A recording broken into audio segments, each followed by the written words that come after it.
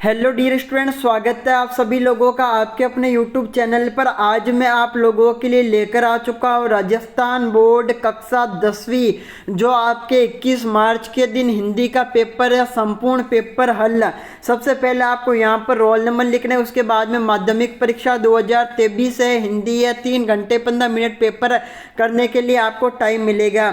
सबसे पहले क्वेश्चन के अंदर आपको यहाँ पर एक अपठित गद्यांश मिलेगा जिसको आपको सवाल करने हैं। अपठित गद्यांश अगर आप लोग देखोगे तो संपूर्ण अपठित गद्यांश है वो तुलसी की शक्तिपीठ नाम के गद्यांश से लिया गया है।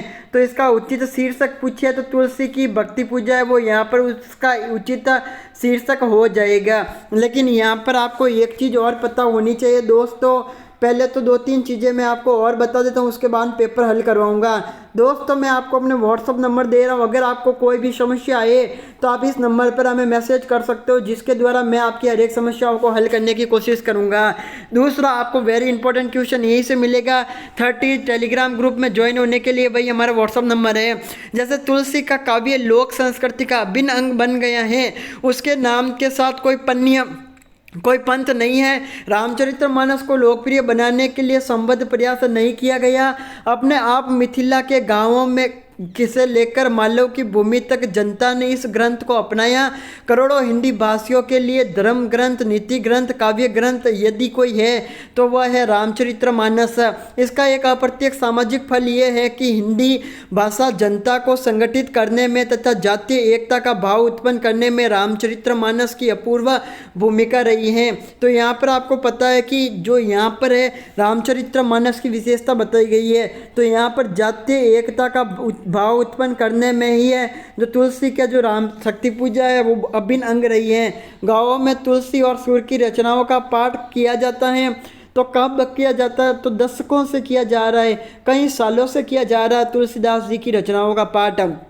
जैसे यहाँ पर एक और सवाल है, जैसे यहाँ पर अगला क्वेश्चन है, रिक्त स्थानों की पूर्ति करनी है। तो यहाँ पर भाववाचक संख्या की रचना है वो मुख्य रूप से भावबोधक होती है और शब्द परस्पर संबंध का बोध कराते हैं, उन्हें संबंधवाचक सर्वनाम कहते हैं। जैसा अब यहाँ पर बहुत बड़े बड़े क्वेश्चन आ रहे हैं जो आपके लिए बहुत ज़्यादा इम्पोर्टेंट है। जैसे यहाँ पर आपके लिए एक क्वेश्चन आ गया कि मन का चक्री होना यानी मन का भटक जाना। आपने कई बार नहीं सुना है कि इसका तो मन भटक गया, अब ये काम नहीं कर पाएगा, तो उसका मन है वो चक्री हो गया। तो यहाँ पर आ गया भटक जाना। दोस्तों वीडियो को लाइक कर लो और सब्सक्राइब जरूर कर लो, सब्सक्राइब करने में कोई कंजूसी मत करो। अब यहाँ पर है आगे कुआ पीछे खाई, तो इसका क्या अर्थ हुआ? तो इसका अर्थ यही हुआ कि चारों ओर से विपदा में समझ जाना। और इसका मैं आपको फुल हल है वो PDF के अंदर मैं करवा दूंगा ताकि आपके दिमाग में कोई भी डाउट नहीं रहे। जैसे यहाँ पर नेताजी के पाठ चश्मा है, उसमें किन लोगों के योगदान के बारे में बताए गए हैं। उसमें नेताजी के पाठ चश्मा है, पाठ में जो कैप्टन है उसके योगदान के बारे में बताए गए हैं कि कैप्टन किस प्रकार से नेताजी का चश्मा है वो डेली टू डेली बदल देता था। और जो मैकेनिक था चश्मा बनाने वाला, वह नेताजी की जो आँख है वहाँ पर चश्मा डालना भूल गया था।